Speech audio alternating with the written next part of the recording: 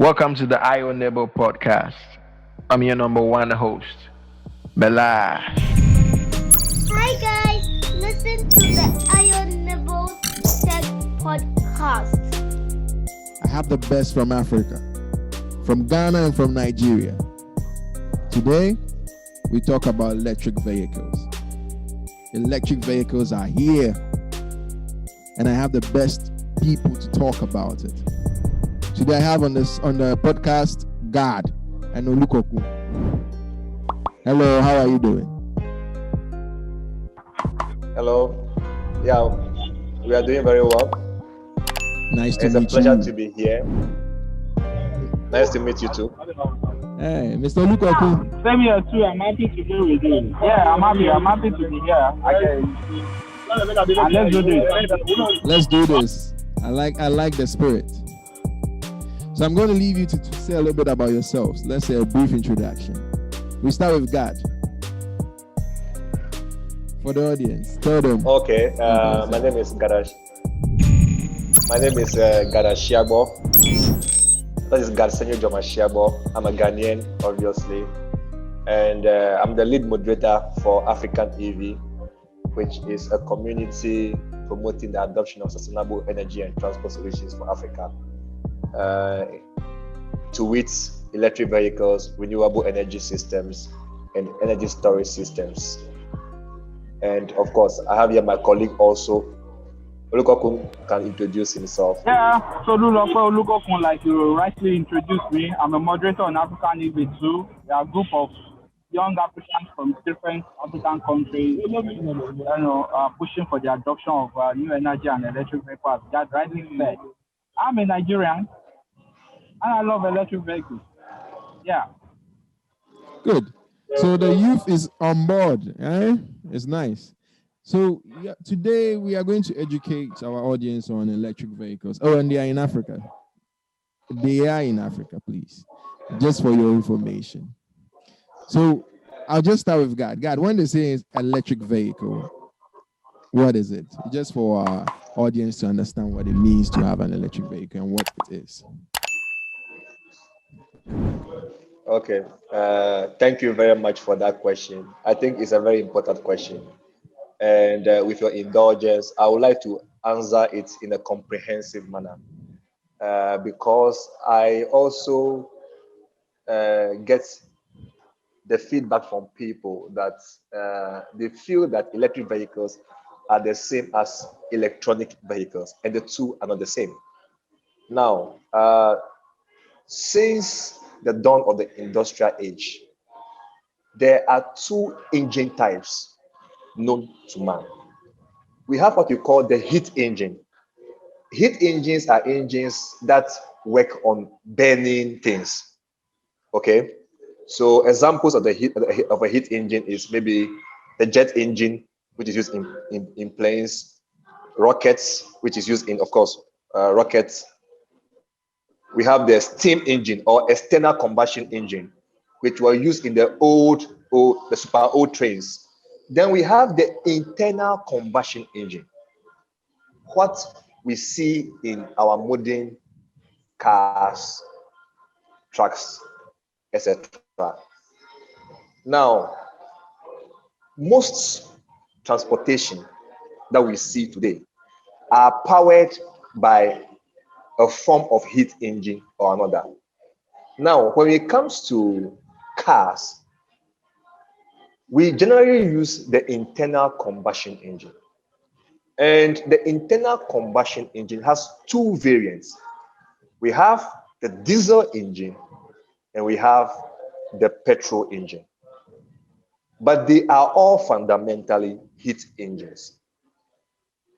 An electric vehicle is a vehicle that is not powered by a heat engine, but rather by an electric motor, which is the other fundamental type of engine that we have in the world today.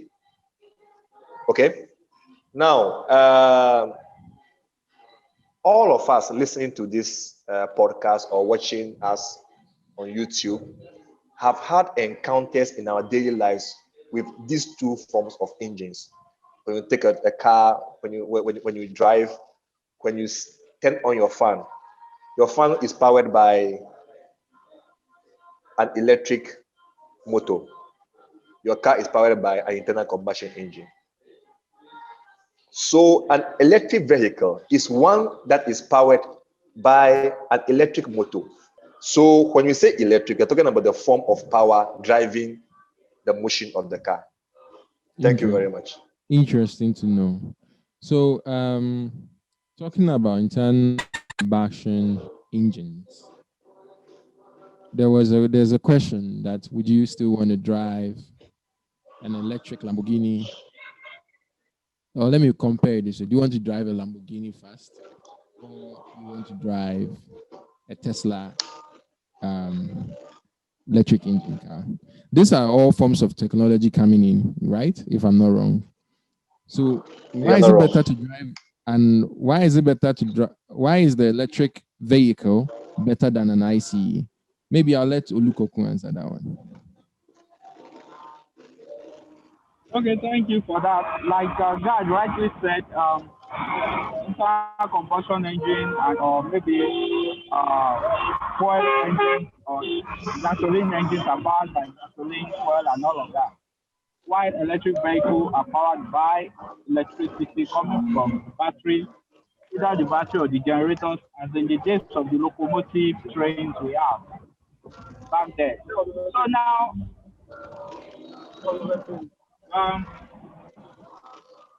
why electric vehicle is better as a technology than any other is because, number one, if you're a speed lover, if you love speed, you can get next to none with electric vehicle because of this, what we call instant torque. If you notice that only will you see an internal combustion engine as we have it right now that doesn't have a transmission. One of the first functions of the transmission to internal combustion engine is to multiply the torque. Because on its own, internal combustion engine does not have enough torque to propel the vehicle. So in order to have enough torque to move the vehicle from start and maybe to climb the mountain and all of that, you need a transmission. But in electric vehicle needs no transmission to get the torque. The torque starts from 0 speed and to maximum speed until it starts dropping a little. So you enjoy that instant torque of a vehicle that can just rise up from start and start running. So that's one of the key benefits. Then we talk about efficiency. Internal combustion engines so far, since we've had the technology, has never gone past 25 to 30% efficiency. That is why you have so much weight. There's never a perfect or complete combustion, so the rest come out as carbon. But when you have electric motor propelling your vehicle, that electric motor, the minimum it can have is about 90% efficient. We've had electric motors that are 95, 96% efficient. So this saves a lot of energy and work is performed. A lot of work is done, so it reduces the consumption of the energy you need to prepare yourself compared to internal combustion engine. Again, we'll talk about maintenance. A quick example I usually give to people is most of us have probably a generator at home as well as a water pump. You will discover that these are daily utility we mostly use for our normal routine. But then you see that you always service and maintain your generator using petrol or diesel more than you will need to ever service your water pump. The water pump is mostly powered by electricity, while the generator is powered by the fuel, maybe petrol or diesel. Now, this means that this is the quick illustration I can take. The same thing is applicable to electric vehicles as well as internal combustion engine vehicles, you know. So maintenance becomes no issue. There's no oil change, There is no, routine maintenance. Save quite a lot of cost, cost Interesting. efficiency, and many others. So all of these things make electric vehicles exciting and Interesting. economically, beneficiary to African community. That's why we are advocating and educating people to accept this technology quickly so we can move from wastage and all other forms of security and save our planet and our continent as a whole. Thank you. I want to make 30 seconds of contribution to what Olukokun is saying. Yeah. You see, the entire benefits that he's talking about is a function of the fact that an electric motor, we are talking about electrons. Yeah. Internal combustion engine, we are talking about liquid fuel.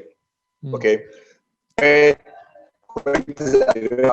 petrol of the car, it has to, the accelerator will open the carburetor of the car. Then also for more fuel to enter. Then the fuel will now go to the engine for it to be burnt.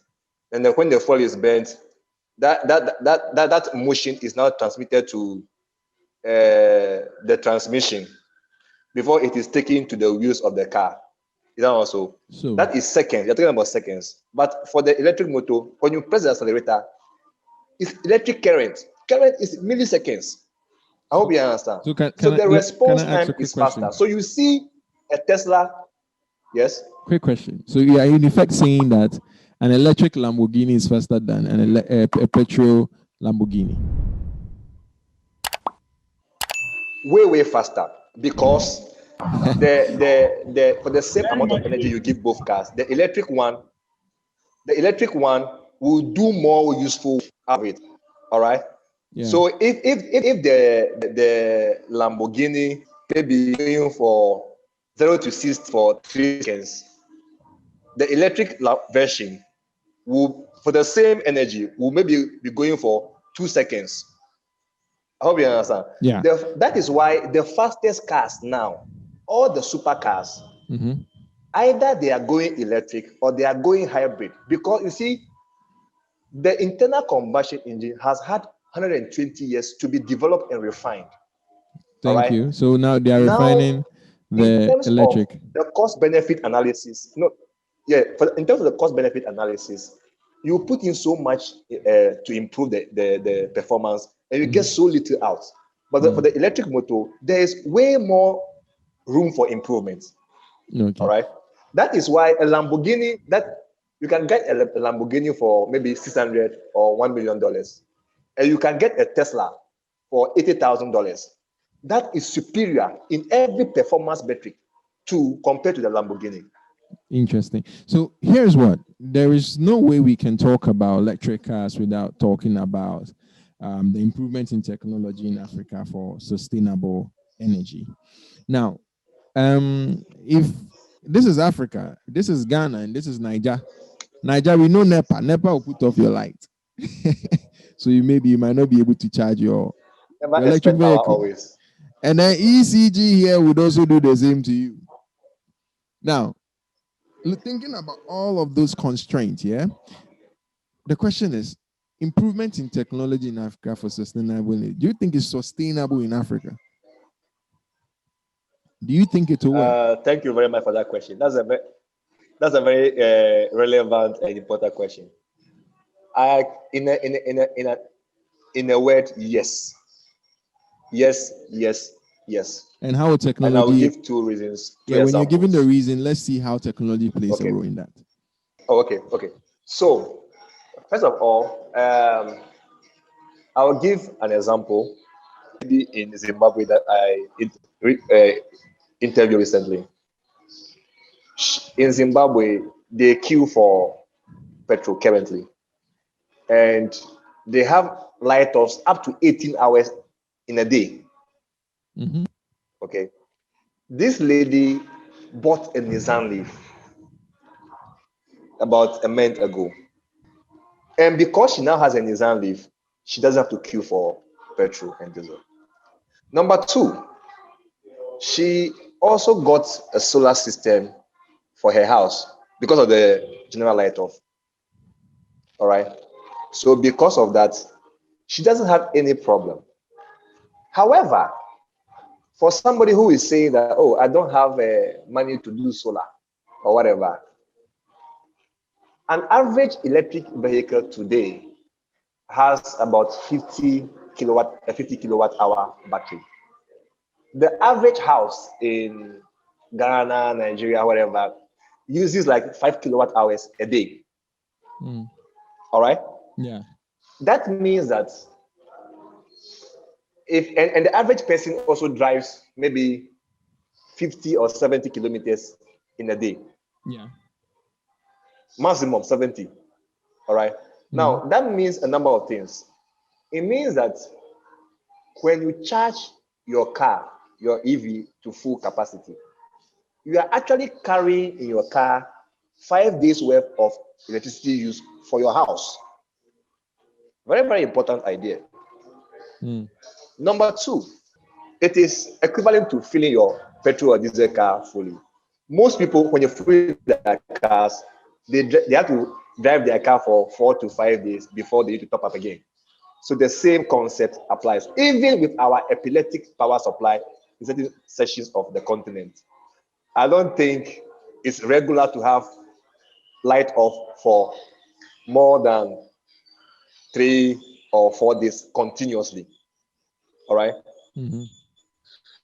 So to summarize, if you are able to use a smartphone today, if you're able to use a smartphone in Africa today, then you are able to use an electric vehicle, because the same things that you need to use a smartphone are the very same things that you need to use an electric vehicle. Okay. So in effect, the analysis is clear. The analysis is very clear. So I'm just going to go forward and ask a question. Yeah. Olukokun, is electric cars being used in your country? That's Nigeria. Yeah. They are? Gad, same here, right? Because I've heard a few. Yeah. So knowing that they are being used here, what should we expect in the few years to come? Well, when we talk about the future, right? People see it as something that is here, right? Yeah. But the truth is that the future is there already. The future is there already. All of us were enthusiastic about the Tesla battery day, which saw the further service of the oil and gas industry, definitely. But then, this is Africa.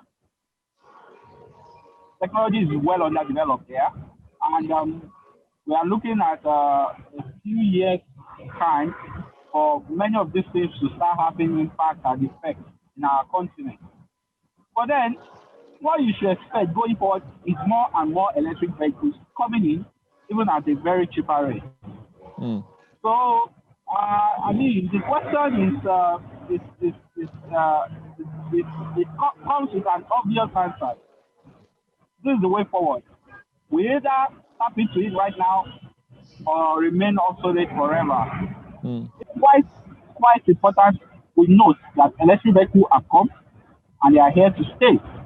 So my own children may not even know what iCycle will be like or what's like. They will be asking, just like I cannot imagine myself traveling on horses these days. So they'll become the horses of them or the dinosaurs of this time we are talking about. So interesting. It's not a problem. And to add to what God said earlier, and even electric vehicle is even a worry in advanced countries.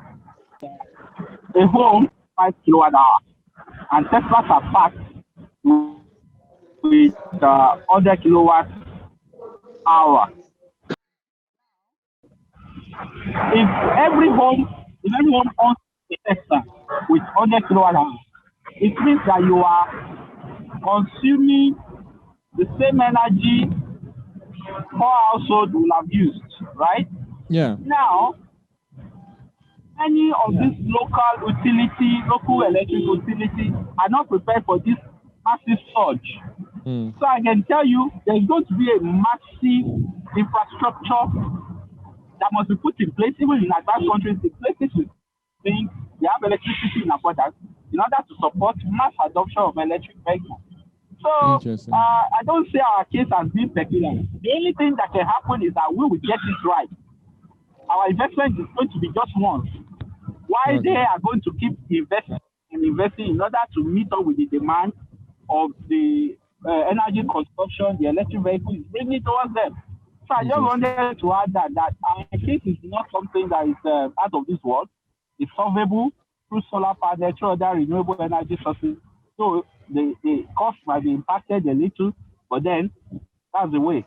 Thank you. So in effect, if can God will I just say wrap it something? up for me, just 1 minute. Just Okay. if you wrap it up for me, then we are to expect an African Tesla or something better than that in future. I will answer that question in a number of ways and also link it to the previous statement. When it comes to Africa, I think that as a technology enthusiast, one of the things that we do is sometimes we get enthused with technology and forget the problem that we are trying to solve. Okay. The problem we are trying to solve is, in this instance, is transportation. Now, for Africa, we know two things. We know that we don't have a lot of cash to blow. So affordability is very, very important for the African, number one. Number two, we also know that most of us use public transport. So either we are using the minivans that we have all named differently in our various countries, or we are using taxis to commute. Very small percentage of Africans drive their personal vehicles, which is different from what we see in the West and in China. So going forward, last week we had the Tesla Battery Investor Day. The most expensive part of the EV has always been the battery. Tesla has basically shown us that cheap batteries are going to be available soon as scale. So what that means is that from 2023 going, for now, you will see more and more people buying the Teslas and the Nissan Leafs and all that and bringing it, which is fine to get people to know about the EV, to see it, to experience it. But in terms of impact, it's from 2023 when you begin to see these mini buses that are electric, that a lot of people can use. So what that are will there mean is that companies in Ghana or in the world, in Africa, doing this? If you can mention a few. Okay, there are a number of companies on the continent. I don't want to mention any name in particular because if I mention the name, I will forget something else. No, but there are a number of feel free, companies on mention the just continent. some. We know you can't. Okay, you can't remember all of them. So well, I do know that Solar Taxi is doing something in the space. Currently, they are importing some Chinese EVs. I know that Kantanka has done an EV. I know that there's Jet Automotive in Nigeria doing something. There are a couple of companies in Rwanda, I believe. Kenya, we have Nokia Ride doing a lot of things in the space. The point I want to make, and the reason why I didn't want to mention anybody, because for now, whatever it is that they are doing, okay, is on the small scale. And in terms of even performance, we are not going to get the real performance out there. Why? Because of the batteries. Okay. I hope you understand. The batteries that are available today are very expensive. So if you want to make an EV for the African market, either you have to compromise on the quality, on the performance quality, or by the time you finish, the car will be too expensive for people to buy.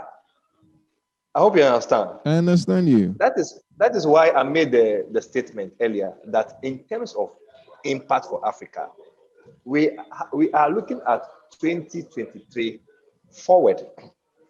All right. Now, there are a number of other ancillary benefits of this whole EV thing. It has it's a dramatic opportunity for us to reinvent our economy, our entire economy. Interesting. It looks affect how we build our cities. Yeah. Is it because most people don't realize that cities are built around lines of communication? So the roads, if you go to Europe, Western Europe, so in effect, not to catch you though, but in effect, it means that the electric cars are available in Africa, just that for us to get the maximum benefit of it, the infrastructure needs to be done. And that seems something not too far-fetched, because you mentioned 2023, which looks good. But for a funny side, that means we need to find African Wakanda and make it happen. Actually, electric vehicles make that very possible, because all the innovators in the African space now, okay, we and AfricanEV, we have all manner of people with all manner of skill sets, and we are interested in the ecosystem. You see, in Ghana, for example, we have the Swami Magazine guys. They can do almost everything about a car, except the engine, because the engine is very complicated. Good, but a motor is a motor. It's a motor. A motor is not all that complicated. We have yes, we have motor repairers. You see, when was the last time you did a yearly maintenance on your fan in your house? You don't. I don't. Yeah. All right. So Olukokun, as he's talking to you, he didn't say it, but he's doing EV conversions. All right. Very soon, the become available. You begin to convert people and what? Remove the engine, put the battery pack to it. People are moving on. Interesting. And the cost of using the EV is going to be cheaper. So, all right. So it's a huge opportunity for all of us. Interesting. In conclusion, it looks as if there's a lot for you to say when we talk about EVs. And yeah, it's been nice to have you around. And I think it will be nice to have you around again, Gad and Olukokun. It's been good having you around. But unfortunately, we have to end our podcast here today. And anyways, I just want to tell Thank you very much for having us. Yeah. I must say, we must remind our listeners that there's a nice giveaway opportunity if you visit ioneighbors.com. Get there, get interactive. Also, we are on YouTube, Twitter, Instagram, Amazon Music, Spotify, Apple Podcasts, Google Podcasts. Everywhere you go, we are there. Just get there, hit the subscribe button so that when there is a new episode, you are hooked up. I've been your host and your number one host. Always will be Melash. It's the AfricanEV.